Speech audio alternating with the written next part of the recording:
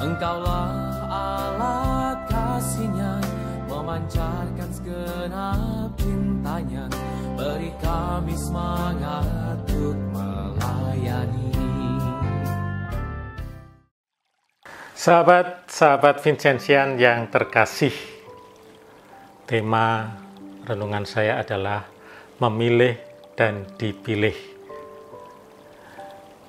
Sahabat-sahabat yang terkasih, kita tahu bahwa pemilihan presiden yang akan datang baru direncanakan 14 Februari 2024. Tetapi bahkan sejak tahun lalu, orang sudah mulai ramai.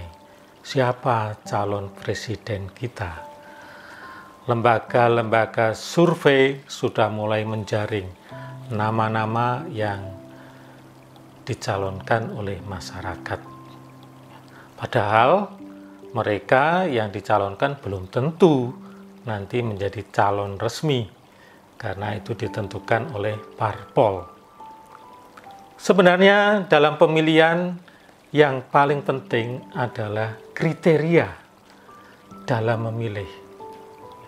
Kriteria harus kita tentukan lebih dulu berkaitan dengan jabatan. Kalau pemimpin negara, kriterianya tentu ya negarawan. Ya. Kalau pemimpin agama, ya agamawan yang baik.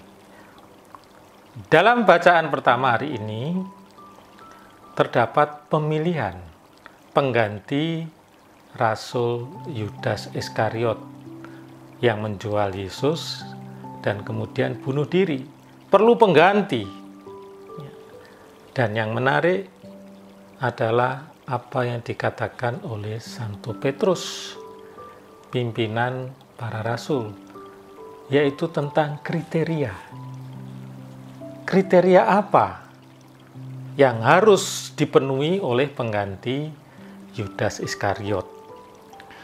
Dan dia mengatakan ada dua kriteria utama. Yang pertama adalah calon itu harus bersama-sama dengan mereka, mulai dari pembaptisan Yohanes sampai Yesus naik ke surga.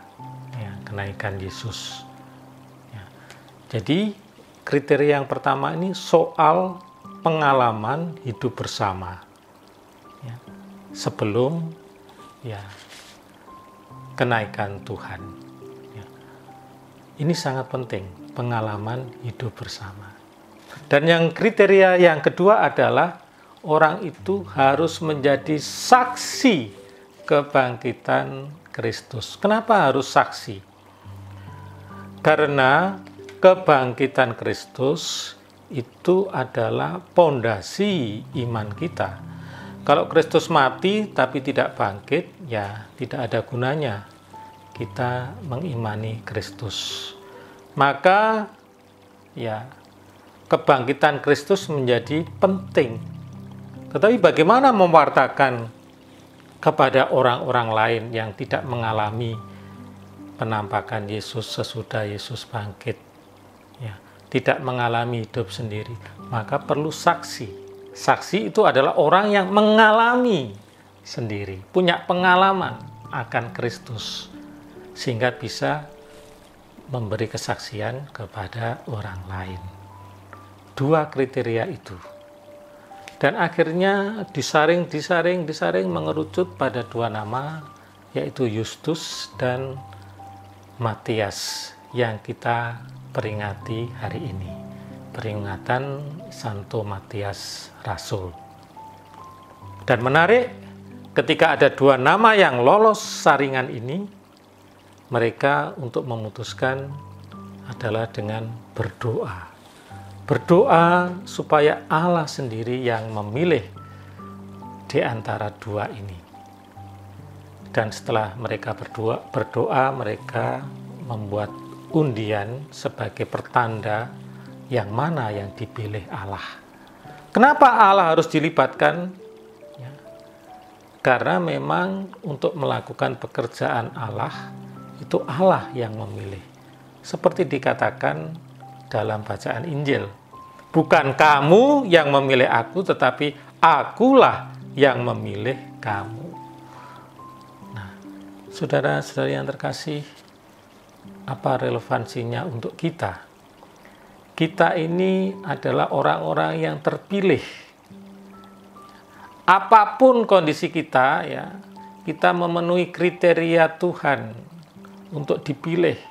Ketika kita dibaptis, kita menjadi orang-orang yang terpilih.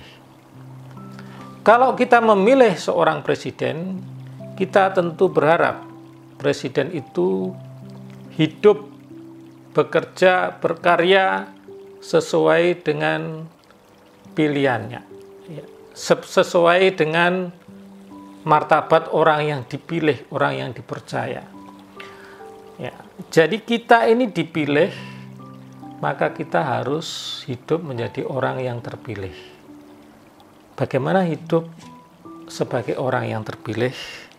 Kita kembali kepada sabda Tuhan, ya. Supaya kamu menghasilkan buah, dan buahmu itu tetap. Ciri bahwa kita bertanggung jawab sebagai orang yang terpilih adalah hidup kita menghasilkan buah. Apa itu buah? Buah itu sesuatu yang dinikmati oleh orang lain. Buah kehidupan berarti ya kebaikan-kebaikan yang dinikmati oleh orang lain. Mari kita hidup sebagai orang yang terpilih dengan berbuat baik dimanapun dan kapanpun, sehingga hidup kita sungguh menghasilkan buah-buah yang berlimpah. Amin.